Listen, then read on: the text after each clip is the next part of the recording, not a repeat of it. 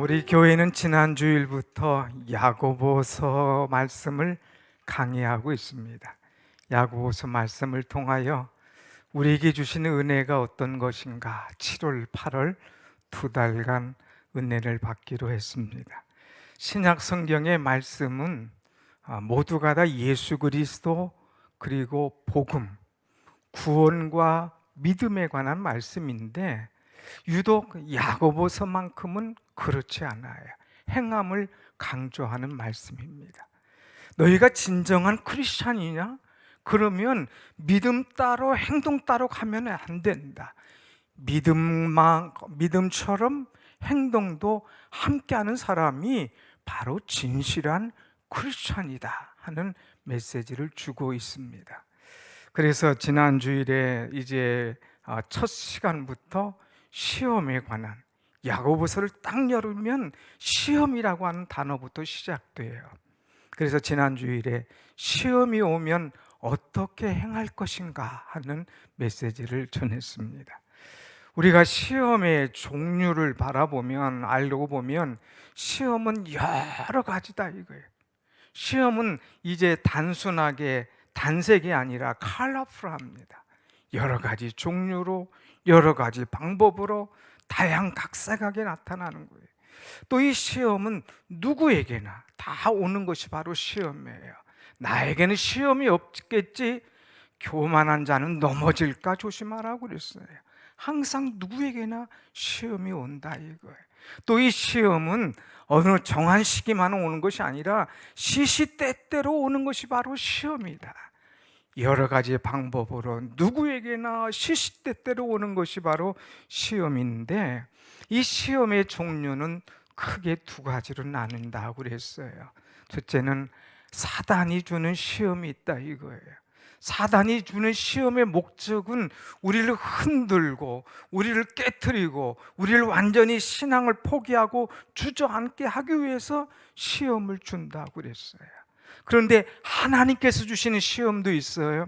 하나님께서 주시는 시험은 우리를 테스트해서 우리의 신앙을 성숙시키고 우리의 신앙을 한 단계 업그레이드 시키기 위해서 시험을 주신다고 그랬습니다. 그래서 하나님께서 주시는 시험에 우리가 합격하고 한 단계 올라가기 위해서는 하나님께서 주시는 시험을 기쁘게 여기라. 아하, 하나님께서 나의 오늘 이 시험을 통해서 나를 성숙시키기 위한 하나님의 계획이 계시는구나 하고 하나님 앞에 그 시험을 기쁘게 여기라. 두 번째, 시험이 오면 인내를 이루라고 그랬어요. 인내를 통하여서 우리를 온전하고 구비하고 조금도 부족함이 없게 하기 위한 하나님의 계획이다. 그리고 시험이 오면 하나님께 지혜를 구하라고 그랬어요. 하나님은 구할 때마다 후히 주시고 꾸짖지 아니하시는 하나님이라 하는 그런 말씀을 드렸죠. 여러분 어때요? 지난 주간에 이 말씀 듣고 시험이 오는 것을 이겨봤습니까?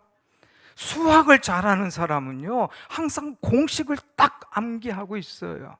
그래서 어떤 문제가 와도 그 공식을 갖다 대면서 응용하면서 문제를 풀어가지요. 우리가 갖가지 여러 가지 시험을 당해도 이 말씀 갖다 대면서 그 문제를 풀어갈 때에 어떠한 시험이 와도 넉넉하게 이기게 될 줄로 믿습니다. 아멘. 혹시 지난주 못 오신 분 계십니까? 여기 말씀이 지난주의 썰물이에요. 자, 오늘 말씀은 두 번째로 또 시험에 관한 말씀을 주고 있어요. 왜 자꾸 시험 얘기하느냐? 우리가 사는 동안 시험을 끝이 나지 않기 때문에 자꾸 시험의 문제를 터치해 주고 있어요.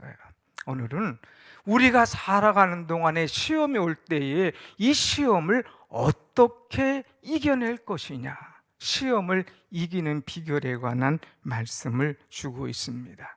누구에게나 다가오는 것이 시험이에요. 그런데 시험에 대해서 어떻게 반응하느냐, 어떻게 극복하느냐가 너무나 중요하다고 하는 거예요. 미국의 달러스 신학교의 이 찰스 솔턴이라고 하는 총장이 계십니다. 이분이 하시는 말씀이 뭐냐? 내 삶에 무슨 일이 일어나는가 하는 문제는 10%밖에 문제가 안 된다. 나머지 90% 중요한 것은 뭐냐? 내 삶에 어떤 문제가 일어났을 때에 내가 어떻게 반응하느냐 하는 것이 중요하다고 하는 거예요. 여러분, 지난 주간에 어떤 시험을 당했습니까? 그럴 때 내가 어떻게 반응하냐 이거예요. 앞으로 내가 어떤 시험을 당할 때 어떻게 반응하고 그것을 이겨낼 것이냐, 이것이 너무나 중요하다고 하는 말씀이에요. 그래서 오늘 세 가지 말씀할 터인데, 첫째는 한번 같이 합시다. 시험이 올 때 참고 견디어라. 시험이 오면 참고 견디어라는 말씀이에요. 오늘 12절 말씀 한번 같이 보겠습니다. 12절 시작. 시험을 참는 자는 복이 있나니 이는 시련을 견디어낸 자가 주께서 자기를 사랑하는 자들에게 약속하신 생명의 면류관을 얻을 것이기 때문이라. 아멘. 여러분, 이 시험이 참 재밌는 게 앞단락을 한번 보세요. 시험을 참는 자가 복이 있나니, 시험과 복이 함께 오고 있다고 하는 거예요. 복이 있어요. 누가 복이 있느냐? 시험을 참는 자가 복이 있다는 거예요. 내게 시험은 누구에게나 다 와. 그런데 그 시험을 참고 견디어낸 사람이 복이 있다고 하는 거예요. 그럼 뭐예요? 시험을 견뎌내는 사람, 견뎌내는 이 과정이 필요하다고 하는 겁니다. 여러분에게 시련이 올 때에 어떻게 견뎌냅니까? 서구에서는 결혼하는 딸에게 진주를 주는 이제 하나의 가정 문화가 있다고 그럽니다. 왜 진주를, 하필이면 결혼하는 딸에게 왜 진주를 줄까? 그 진주의 생성 과정이 의미가 있기 때문에 그렇습니다. 이 진주는 아비뷸레데라고 하는 조개 속에서 만들어집니다. 아비뷸레데라고 하는 이 조개에다가 모래알을 턱 집어넣습니다. 그러면 조개 그 생살에 모래가 들어오니까 얼마나 고통스럽겠습니까? 여러분의 눈에다가 모래를 넣었다 그러면 그거 괴롭지 않습니까? 이렇게 너무 괴로운 거예요. 이때에 모래가 보이는 반응은, 그 조개가 보이는 반응은 너무 괴롭다, 너무 견딜 수 없다, 포기하고 낙심하고 원망하고 그렇게 가는 조개가 있다 이거예요. 그러면 그것을 견뎌내지 못하기 때문에 상처받고 썩고 나중에 죽어간다는 거예요. 그러나 어떤 조개는 이제 거기에 모래가 들어올 때에 거기에서는 락카라고 하는 이 물질을 뿜어댄다고 그럽니다. 그래서 모래를 감싸기 시작하는 거예요. 감싸고 감싸고 감싸합니다. 그래서 시간이 지날수록 이 감싼 그 모래가 점점 커지는데 그것이 뭐냐? 바로 진주라는 거예요. 그래서 시간이 오래 갈수록 진주 덩어리가 커지는 거예요. 그래서 값싼 이 물체가 형성이 된다고 하는 것이죠. 똑같은 이 조개 속에 모래가 들어갔을 때에 어떤 것은 그것을 받아들이고 낙하를 뿜어내면서 사랑하면서 기도하면서 이겨내는데, 어떤 것은 문제가 올 때에, 시험이 올 때에 포기하고 주저앉는다고 하는 거예요. 사랑하는 딸아, 결혼 생활이 그렇게 만만한 것만은 아니다. 시험이 오고 어려움이 오고 눈물이 올 때가 많아. 그때마다 기도하며 사랑하며 그것을 견뎌내야 돼. 그래야 진주 같은 아름다운 가정을 만들 수가 있단다 하는 것이 부모의 마음이기에 이 선물을 한다고 하는 것이죠. 오늘 여러분, 우리가 신앙생활할 때 어떻습니까? 누구에게나 다 시험이 와요. 모래가 들어온다 이거예요. 각각 다를 뿐이지, 그 종류가 다를 뿐이지 다 온다 이거예요.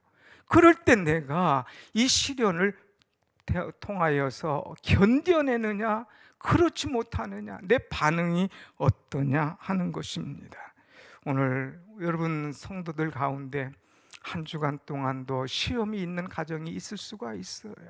자녀 때문에 시험되고, 어떤 분은 남편과 아내 때문에 시험도 될 수 있고, 어떤 분은 물질 때문에 시험도 되고, 또 어떤 분은 건강 때문에 시험도 되고, 어떤 분은 인간관계 때문에 시험이 될 수도 있어요. 그런데 다 이런 시험이 다르지만 내가 어떻게 반응하느냐 하는 거예요.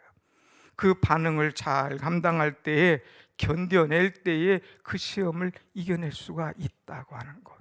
성경의 위인들은요, 다 이 시련, 이 어려움을 잘 이겨낸 사람, 그 사람이 성경의 위인 인물이 된 것을 우리는 알 수 있지 않습니까? 요셉 하나 예를 들어보면, 요셉은 이제 아버지에게 특별한 사랑을 받았어요.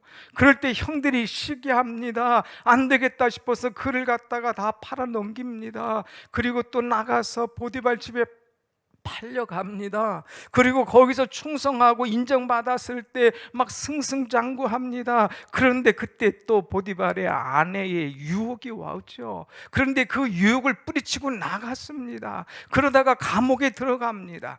그 모든 시련의 과정이 있었지만 그때마다 하나님 바라보면서 믿음으로 이겨나갔기에 나중엔 나라를 구하고, 나중엔 자기의 가정을 구하는 그런 인물이 되지 않았습니까? 여러분, 누구에게나 시련이 옵니다. 그러나 이 시련을 우리는 잘 이겨내야 돼요. 시련을 이겨내는 자들에게 결과물이 주어지는데, 그것이 뭐냐? 오늘 13절 후반절에 가서 보면 주께서 자기를 사랑하는 자들에게 생명의 면류관을 주신다, 이렇게 말씀하고 있습니다. 12절 뒤에 가보면 주께서 자기를 사랑하는 자들에게 약속하신 생명의 면류관을 얻을 것이기 때문이라 하고 그랬어요. 그런데 여러분, 생명의 면류관, 이 시련을 잘 견뎌갈 때 생명의 면류관을 주시는데, 어떤 자들에게 이런 것을 주시느냐? 시련이 오면, 그래, 시련 참으라고 그랬지. 그래, 내가 입 탁 다물고 참자. 그래, 내가 주먹을 불끈 쥐고 참자. 참는 게 중요하죠. 그런데 기왕에 참을 거 어떻게 참느냐? 사랑하면서 참아내라 이거예요. 사랑하면서 그 시련을 이겨내라 이거예요. 그럴 때에 생명의 면류관이 주어진다고 하는 겁니다. 여러분, 우리들은 대부분 여기 오신 분들이 자녀를 다 키우잖아요. 자녀 키울 때 내 마음대로 됩니까? 안 되잖아요. 말도 안 듣고 자꾸 엉뚱한 길로 가고 내 꿈과 방향대로 가지 않고 이 속썩일 때가 있잖아요. 그래도 우리는 자녀들을 키워갑니다. 어떤 마음으로? 주워박으면서 때리면서? 아니잖아요. 사랑하는 마음으로 기다리면서 자녀를 양육하지 않습니까? 우리가 시험을 받을 때에 분명해야 될 것은 사랑하면서, 하나님은 자기를 사랑하는가 하는 것을 테스트하면서 생명의 면류관을 예비하는 것을 보게 됩니다. 그렇기 때문에 우리는 시험이 오면 분명히 알아야 될 것은, 아하, 하나님께서 내게 시험을 주시는구나. 아하, 이 시험을 통하여 내가 하나님을 사랑하면서 내 시험에 이 합격을 받을 수 있는 그런 자가 되도록 노력해야 되겠다 하는 그런 마음을 놓쳐서는 안 된다고 하는 거예요. 특별히 아브라함이라고 하는 사람 보면, 하나님께서 어느 날 아브라함을 부르셨어요. 창세기 22장 보면 하나님께서 아브라함을 시험하시려고 그를 부르시되, 그를 부른 이유가 뭐냐? 시험하시려고 불렀어요. 그러면서 내 아들 사랑하는 독자 이삭을 내가 지시하는 땅 모리아 산으로 데리고 가서 거기서 그를 번제로 드려라. 그럴 때에 아브라함이 그 말씀대로 그대로 순종하지 않습니까? 그 말씀대로 순종할 때에, 그 말씀대로 이 아들을 잡을 때에, 그때에 하나님께서 부르십니다. 아브라함아, 아브라함아, 됐다. 이제야 내가 나를 경외하는 줄을 내가 알았노라. 하나님을 아셨어요.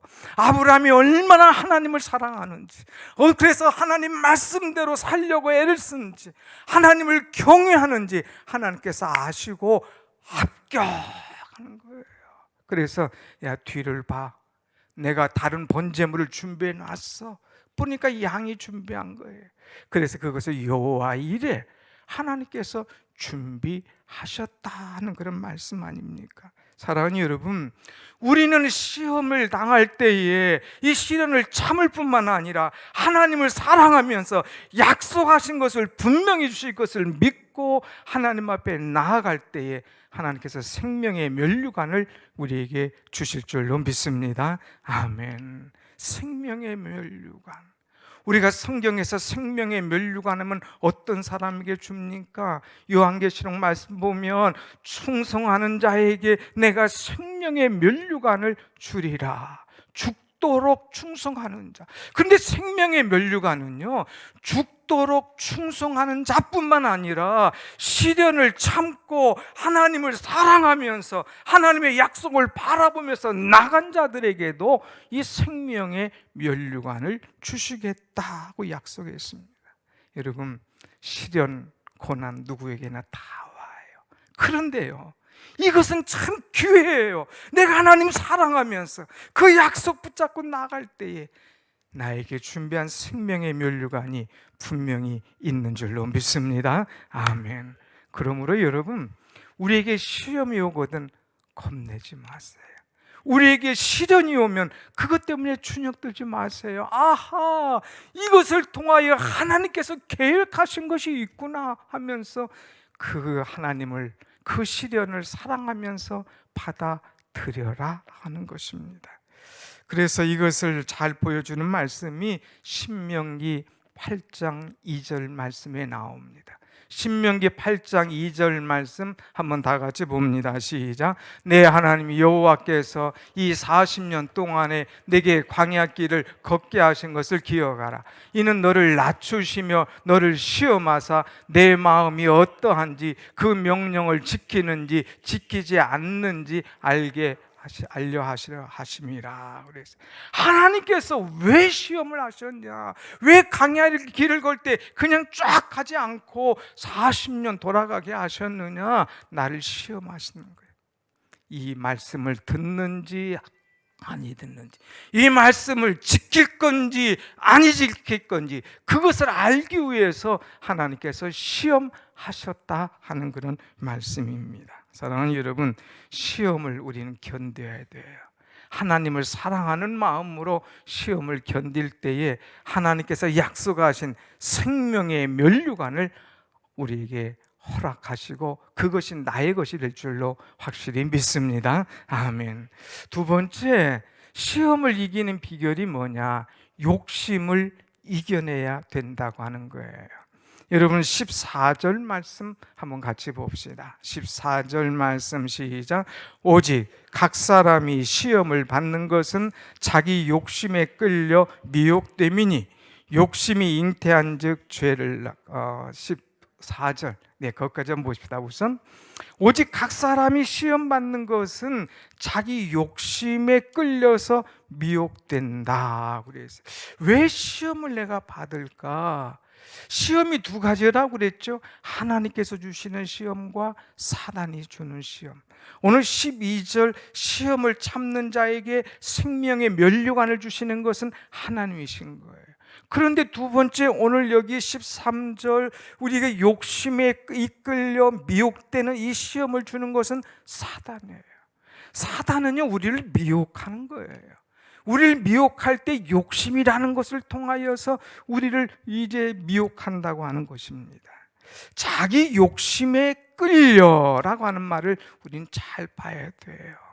욕심에 끌려, 이 끌린다고 하는 것은 아주 강하게 끌어당기는 거예요. 미끼를 던져서 딱 우리를 잡으려고 현혹시키는 것이다 하는 것입니다. 여러분, 우리가 죄의 유혹에 넘어갈 때에 대부분 그냥 넘어가는 것이 아니라 미끼, 그것에 걸려서 넘어가는 것을 잘 알 수가 있습니다. 낚시가 그렇잖아요. 낚시하는 분들 보면 낚시 갈 때에 그냥 큰 꿈만 가지고 갑니까? 장비만 가지고 갑니까? 아니에요. 반드시 미끼가 있어요. 미끼. 그냥 어떤 데는 떡밥이라고 하는 거 어항으로 또 하기도 하지만은 낚시할 때는 이 고기 얘가 좋아하는 게 뭔가 그것을 연구해서 가져가는 거예요. 어떤 사람은 멸치도 가져가고, 어떤 사람은 미꾸라지도 가져가고, 어떤 사람은 또 잔챙이 고기도 가져가고, 얘가 좋아하는 이 미끼가 뭔가 연구해서 그것을 탁 던집니다. 그러면 고기가 와서 내가 좋아하는 지렁이가 왔네, 내가 좋아하는 이거 왔네 하면서 미끼를 살살 건드려. 약어 가지고요 한 번에 털컥 안 물어요. 입질을 하는 거예요. 살살 건드리는 거예요. 그럴 때에 이 이 능숙한 낚시꾼은 그것을 딱 얘가 입질을 하네, 이거 건드리네. 아주 이 숙련되지 않은 사람은 그냥 딱 채지만 그러면 다시는 안 와요. 기다리는 거예요. 다 기다리다가 입질하고 건드릴 때 기다립니다. 괜찮네, 이거 장난치는 거 아니네, 이거 먹어도 되겠네. 그러면서 이제 이 고기가 그 입질하는 이 미끼를 딱 먹어버리면 그냥 걸리지 않습니까? 걸렸을 때의 능숙한 낚시꾼은 그것을 딱 채집니다. 그래서 끌어당기는 거죠. 그것을 손맛이라고 그러지 않습니까? 여러분, 이 모든 낚시꾼들은 미끼를 던져서 그것을 물었을 때에 잡아채는 거예요. 사단이라고 하는 것은 욕심이라고 하는 것, 이 미혹이라고 하는 것을 나에게 딱 던져버립니다. 그래서 그것을 물도록 만든다고 하는 거예요. 사단은 나의 약점이 뭔가를 알아요. 내 약점이 뭐냐? 물질이냐, 이성이냐, 아니면 세상의 즐거움이냐, 그걸 가지고 나에게 딱 미끼를 던집니다. 그리고 나를 잡으려고 안다고 하는 거예요. 이 죄라고 하는 것은 성장 사이클이 있어요. 그냥 다 되는 것이 아니라 가만히 보면 욕심에 이끌려서 죄를 짓게 되면은요, 이것이 죄가 점점 이제 익숙해져요. 죄 짓는데 능숙해져요. 더 나아가서 뻔뻔해져요. 이제 죄져도 이제 모든 것이 막 둔감해져요. 또 더 나아가서 죄 짓는데 담대해져요. 또 죄 짓는데 다른 사람들 불러드립니다. 그러다가 완전히 죄의 노예가 되고 사망이 되는 거예요. 그래서 여러분, 이제 오늘 우리가 15절 말씀 보면 이런 말씀이 있어요. 15절 말씀 볼까요? 다 같이 시작. 욕심이 잉태한 즉 죄를 낳고 죄가 장성한 즉 사망을 낳느니라. 아멘. 우리가 미혹되는 이유가 뭐냐?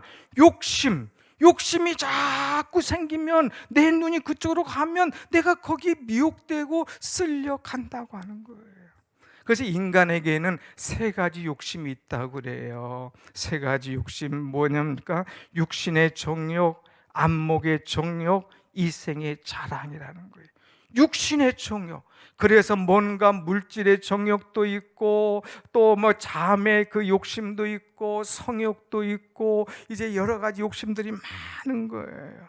이런 육신의 정욕, 안목의 정욕. 그래서 보는 대로 다 갖고 싶고 보는 대로 다 하고 싶은 그런 정욕이 생기는 거예요. 이생의 자랑, 자기의 명예욕과 성취욕, 이런 것들 막 사람들에게 자랑하고 싶은 그런 욕구가 사람들에게 있다고 하는 거예요. 그런데 이런 욕심, 육신의 정욕, 안목의 정욕, 이생의 자랑, 이런 것들 다 얻으면 될 것 같지만 결국은 아무것도 아니라 이거예요. 일장춘몽이라는 거예요. 더 나가서 이것 때문에 내가 죄를 짓고 이것 때문에 사망을 낳게 된다고 하는 거예요. 여러분, 앞절에서는 뭐라고 그랬어요? 시험이 와도 잘 참고 견디고 이기면 생명의 면류관. 근데 뒷장에서는 미혹을 받고 욕심에 이끌려서 시험을 이겨내지 못하면 결국은 사망. 하나님께서 주시는 것과 세상이, 사단이 주는 것이 얼마나 다른가 하는 것을 알 수가 있습니다. 여러분, 우리의 욕심은 끝이 없어요. 사람에게는 얼마나 많은 땅이 필요한가라는 작품이 있어요. 톨스토이 단편 소설인데 거기에 평범한 소장농 이 바움이라는 사람이 있습니다. 어느 날 지방에 이제 어떤 사람이 땅을 준다 이거예요. 1,000 루블을 내고 마음껏 마음껏 땅을 다녀봐서 이 차지하면 그 땅을 다 당신에게 주겠다는 말이죠. 이제 나움이라는 이 사람이 거기에 갑니다. 1,000루블을 내고 걷기 시작합니다. 야, 내가 걷기만 하면 이 땅을 다 나에게 준다니, 걷기만 하면 이것을 다 나에게 준다니, 즐거웠어요. 걸어갑니다. 신던 장화도 벗어던지고 옷도 거추장 쓴 거 벗어던지고 걷기만 아니라 이제 뛰기도 합니다. 마음껏 뛰면서 야, 이거 내 거다, 내 거, 내 거. 막 뛰는데 해가 지기 시작하는 거예요. 해 지기 전에 들어오라고 했는데 해가 뉘어지는데 아직 꼬린 지점이 너무 많이 남았어요. 달리기 시작합니다. 100m 달리듯이 막 열심히 달리다가 그만 꼬린 지점에 와서 이제 심장마비로 죽었다고 하는 그런 이야기죠. 다 차지한 것 같았는데, 다 땅을 밟아서 내 것이 된 줄 알았는데 마지막 그냥 심장마비로 죽게 되었다고 하는 안타까운 일이죠. 여러분, 욕심이라는 것이 바로 이런 거예요. 내게 자꾸 욕심이 생기면 이것이 내가 사는 것이 아니라 나가 죽는 그런 일이 일어난다는 것이죠. 그래서 여러분, 다시 한번 15절 잘 보세요. 저는 묵상하면서 굉장히 은혜를 받았는데 한번 15절 계속 올려놓으세요. 다 같이 봅니다. 시작. 욕심이 잉태한 즉 죄를 낳고 죄가 장성한 즉 사망을 낳느니라. 욕심도 잉태한대요. 죄가 장성한데요. 이건 가만히 보면 죽어있는 게 아니라 생명체예요. 잉태하면, 여인이 아기를 잉태하면 아기가 꿈틀꿈틀 하잖아요. 욕심도 들으면 속에서 꿈틀꿈틀 한다는 거예요. 죄가 장성한다는 거예요. 커간다고 하는 거예요. 두 가지가 다 움직이는 겁니다. 그런데 욕심도 죄도 나중에 낳게 되는 거예요. 아기를 가지면 낳듯이 낳게 되는데 이것이 좋은 것을 낳느냐, 생명의 면류관이냐? 그렇지 않아요. 욕심이 들어가서 잉태하니까 죄를 낳고 죄가 장성한 즉 사망을 낳느니라. 낳긴 낳는데 죽은 것이 나온 거예요. 낳긴 낳는데 썩어진 것이 나온 거예요. 유익한 것이 아니라 무익한 것. 그 욕심이 들어오니까 그 욕심이 무익한 것, 썩어진 것, 아무 필요 없는 것이 쭉 나오게 됐다는 거예요. 사산이죠. 그래서 욕심의 결국은 이제 사망이라고 하는 것. 여러분, 우리가 큰 10달 동안 고생했는데 유산됐다. 얼마나 마음 아픕니까? 10달 동안 고생했는데 이 사망이라고 하는 거 비참하지 않나요? 우리는 욕심을 자꾸 내 속에 가지면 이런 결과물 우리는 알아야 됩니다. 그렇기 때문에 성도들은 욕심을 경계해야 됩니다. 욕심은 마치 불과 같아요. 불장난하는 것 같지만 나중엔 큰 화를 당한다고 하는 거예요. 불조심하듯이, 불을 단속하듯이 내 욕심을 단속해야 됩니다. 욕심 때문에 사람들이 모든 문제를 일으키는 거예요. 욕심이 들어오니까 자꾸 전쟁을 하는 거예요. 저거 뺏고 싶어서. 욕심이 들어오니까 부정과 부패를 하는 거예요. 엉뚱한 일을 하려고. 욕심이 들어오니까 하나님께서 기뻐하지 않는 자꾸 세상의 일을 하는 거예요. 욕심이 들어오니까 주의를 빼는 거예요. 욕심이 들어오니까 하나님의 것을 떼어먹는 거예요. 욕심이 있으니까. 아니에요. 이 욕심 내려놔야 돼요. 이것이 내 속에서 꿈틀꿈틀하지 않도록, 이것이 자라고 성장하지 않도록 욕심을 끊어버릴 때에, 이 젖줄을 끊어버릴 때에 하나님께 주신 생명의 은혜의 새로운 것들이 탄생될 줄로 믿습니다. 아멘. 그래서 여러분, 우리에게 욕심이 오면 이 욕심을 이겨내는 비결이 세 가지예요. 자꾸 말씀을 앞세워야 됩니다. 한번 같이 합시다. 욕심이 오면 말씀을 앞세웁시다. 말씀을 앞세요. 대부분 넘어진 이유가 뭐예요? 한번 옆집 보세요. 한번 누구 보세요. 왜 넘어졌나? 욕심 때문에. 그런데 욕심이 올 때 말씀을 다 잊어버려요. 좋은 것만, 야, 나에게 이게 올 거야, 엄청날 거야, 이것만 보지 말씀을 잊어버려요. 아니에요. 말씀을 붙잡아야 돼요. 우리가 어릴 때에 애들이 와서 자꾸 불러댑니다. 야, 영수야, 놀자. 안 돼, 나 공부해야 돼. 야, 놀자. 우리 엄마가 아빠가 공부해야 된다고 그래. 못 나가. 야, 한 번만 놀자. 문을 두드려요. 그럼 형이 나가서 야, 안 돼, 안 돼. 아, 또 엄마가 안 된다니까. 그래도 나와요. 자꾸 나오라고 불러드려. 또 두드립니다. 아버지가 딱 나가면 뭐야? 안 돼. 아이쿠 하고 막 싹 도망가잖아요. 하나님의 말씀을 딱 앞세울 때는 사단이 도망간다니까. 예수님도 시험 받을 때의 말씀으로 시험을 이겨내셨어요. 여러분, 사랑하는 여러분, 시험이 오거든, 내 욕심이 내게 오거든, 하나님의 말씀으로 욕심을 이겨내는 여러분이 되시길 축원합니다. 아멘. 욕심이 오면 욕심을 거부해야 돼. 거부. 요셉이 아까 거부했잖아요. 야, 너하고 나 둘밖에 없어. 요셉아, 요셉아, 눈치다며 그를 자꾸 불러드립니다. 너하고 나 단둘밖에 없어. 무슨 소리? 당신하고 나밖에 없는 것 같지만 위에서 보시는 하나님이 계시오. 신전의식, 고람되어 하나님 앞에서 어찌 우리가 득죄하리요 하고 집어 던지고 옷 팽개치고 도망가는 거예요. 거부했어요. 여러분, 우리가 유혹이 오면 우리는 성령을 쫓아서 이 유혹을 이겨내야 됩니다. 오늘 말씀 갈라디아서 5장 16절 한 구절 한번 같이 봅시다. 갈라디아서 5장 16절 시작. 내가 너희에게 이르노니 너는 성령을 따라 행하라. 그리하면 육체의 욕심을 이루지 아니하리라. 아멘. 내 속에는요, 두 개가 싸워요. 육체의 소욕, 성령의 소욕이 막 싸워요. 오죽하면 바울이 오호라 나는 곤고한 자로다. 내 속에서 육체의 욕심을 따라갈까, 성령을 따라갈까 막 할 때에 우리는 성령을 따라갈 때에 육체의 욕심을 이기게 될 줄로 믿습니다. 아멘. 그래서 날마다 성령님을 따라서 우리 성령님을 기쁘시게 할 수 있는 그런 사람. 마지막으로 여러분, 우리에게 시험을 이기는 비결이 뭐냐? 우리가 시험을 이기는 비결은 나에게 시험을 주는 것에 관심 두지 말고, 나에게 시험 두는 사람에게 내 신앙 빼앗기지 말고 하나님에게 초점을 둬라 하는 말씀이에요. 한번 말씀 우리가 보겠습니다. 16절 한번 같이 봅시다. 16절 시작. 내 사랑하는 형제들아 속지 마라. 내 사랑하는 형제들아 속지 마. 우리가 시험 당할 때에 자꾸 주목하는 것이, 나에게 시험을 주는 것에 주목하면 나도 흔들리고 넘어져요. 사람 때문에 시험 듭니까? 그 사람 자꾸 봐야 좋은 게 없어요. 어떤 일 때문에 시험 당합니까? 그것 때문에 자꾸 봐야 좋은 것이 없어요. 내가 시험이 올 때는 하나님께 주목하고 하나님 앞에 내 시선을 두는 것, 이것이 중요해요. 우리 하나님은 어떤 하나님이냐?